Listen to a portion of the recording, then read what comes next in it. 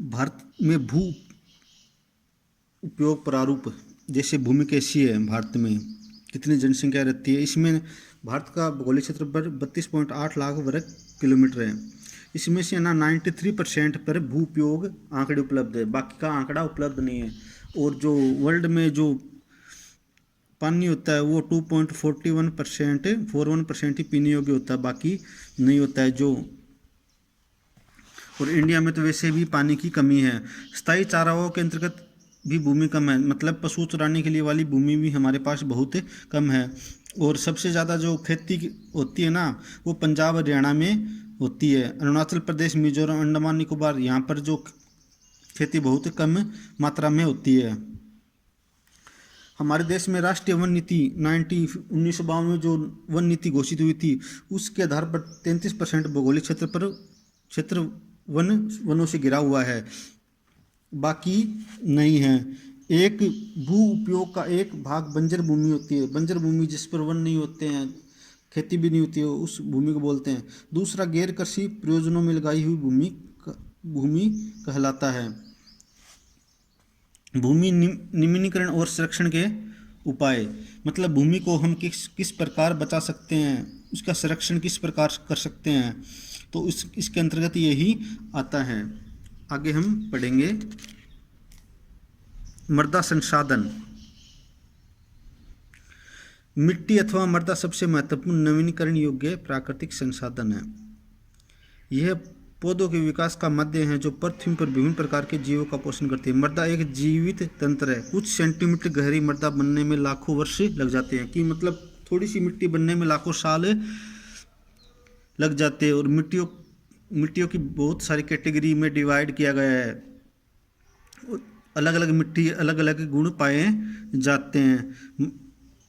मृदा बनने की प्रक्रिया को निर्धारण करने के लिए तत्वों, उनकी रंग, उनका गठन, गहराई, आयु, रासायनिक पदार्थों को भी शामिल किया गया है। मृदाओं का वर्गीकरण, यानी मृदाओं के प्रकार कौन कौन से हैं। जलोढ़ मृदा, सबसे पढ़ेंगे जलोढ़ मृदा। ये मृदा विस्तृत रूप से फैली हुई है। यह देश की महत्वपूर्ण मिट्टी मानी जाती है। ये मृदा हिमालय के 3 महत्वपूर्ण नदी तंत्र सिंधु, गंगा, ब्रह्मपुत्र। हिमालय का महत्वपूर्ण नदी तंत्र सिंधु, गंगा और ब्रह्मपुत्र का प्रदेश जो महत्वपूर्ण एरिया है। प्रमुख तटीय मैदान विशेषकर महानदी, गोदावरी, कृष्णा, कावेरी और जलोढ़ मृदा से बने होते हैं।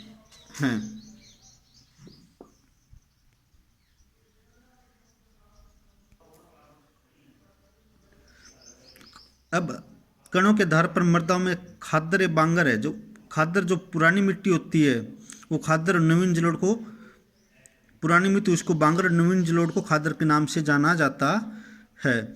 जलोढ़ मृदाएं बहुत उपजाऊ होती है। जो जलोढ़ मिट्टी है ना, वो अन्य मिट्टियों की तुलना में ज़्यादा उपजाऊ होती है। ये गन्ने, चावल, गेहूँ की फसल के लिए बहुत ही लाभदायक होती है। जो काली, अब हम पढ़ेंगे काली मिट्टी के बारे में। जो कपास की फसल के लिए बहुत, कपास यानी जो रेशे वाली फसल होती है, उसकी फसल के लिए काली मिट्टी बहुत लाभदायक होती है। काली मृदा बहुत महीन कण, इसके जो कण बहुत बारीक होती है। इसमें मैग्नीशियम, पोटेशियम, कैल्शियम की मात्रा बहुत ज़्यादा होती है और ये बहुत उपजाऊ मिट्टी होती है। उसके बाद में लाल पीली मिट्टी, उसके बाद में लाल और पीली मिट्टी। लाल मृदा दक्कन के पूर्व और दक्षिणी हिस्सों में रेवदार आग्नेय चट्टानों पर कम वर्षा वाले भागों पर विकसित हुई है। लाल और पीली मृदाएं जो राजस्थान के जो स्टेट हैं, वहाँ पर उड़ीसा, छत्तीसगढ़ जो लाल और पीली मृदा पाई जाती है। इसका पीला रंग में जल योजन के कारण होता है। जो इसमें जो पीला रंग होता है वो जल योजन के कारण इसमें पीला रंग पाया जाता है। इसके बाद में पढ़ेंगे लेटेट्राइट मृदा। ये ग्रीक भाषा का शब्द लेटर से बना है। इसका अर्थ है ईंट। और उष्ण कटिबंधीय तथा उपोष्ण कटिबंधीय जलवायु के क्षेत्रों में इस प्रकार की मृदा अधिकतर मात्रा में पाई जाती है।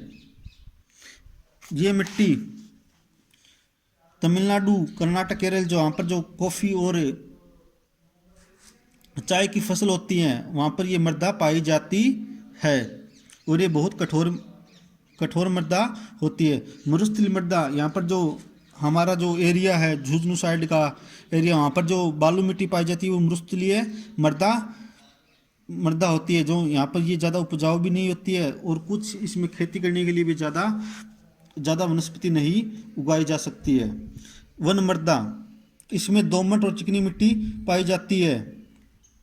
उसके बाद में हम पढ़ेंगे मृदा अपवर्तन और संरक्षण, यानी मृदा अपवर्तन और संरक्षण के वही है कि मृदा को हम कैसे बचाएं। ज़्यादा से ज़्यादा हम पेड़ पौधे लगाएं, जमीन के ढाल पर पेड़ पौधे लगाएं, पशुओं की चराई कम से कम करें, उनके क्षेत्रों को बांट दें कि किसी में पशु चराना है। जो गवर्नमेंट ने वनों की भी श्रेणी बांटी, मृदा की भी श्रेणियों को अलग अलग भागों में डिवाइड कर रखा है कि पवन, हिम नदी और जल मृदा अपवर्तन करते हैं।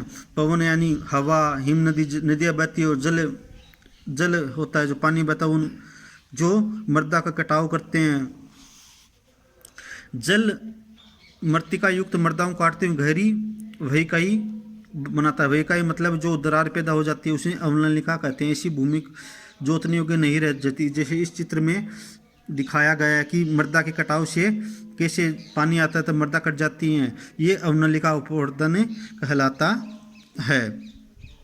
तो मृदाओं को संरक्षण करने के लिए ढाल वाली भूमि पर समोच्च रेखाओं के समांतर हल चलाने से ढाल के जल बहाव की गति घटती है। इसे समोच्च जुताई कहा जाता है। ढाल वाली भूमि पर सोपान बनाए जा सकते हैं, यानी उनकी मृदा को इकट्ठा करके बहुत सारे पेड़ पौधे लगा सकते हैं, और कृषि अपवर्तन को नियंत्रित करती है। वहाँ पर हम खेती करते हैं तो जमीन भी उपजाऊ होती है, और मृदा भी वहाँ पर एक मजबूत बन जाती है। वहाँ पर जो पानी के साथ बहने से उसकी पानी के साथ वो मृदा नहीं बहती है। बड़े खेतों की पट्टियों में बांटा जाता है। पवनों के बीच में घास की पट्टियाँ उगाई जाती है।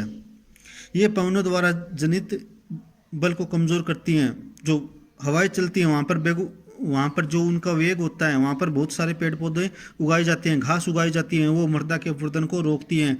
और पहाड़ी भागों पर बहुत सारे पेड़ मेखला के रूप में तैयार कर मृदा के अपवर्तन को हम रोक सकते हैं। इस चैप्टर के क्वेश्चन आंसर बच्चों आपको अपनी नोटबुक में करने हैं। बुक स्कूल में उपलब्ध है, जो आप स्कूल से आके बुक ले सकते हैं। धन्यवाद बच्चों।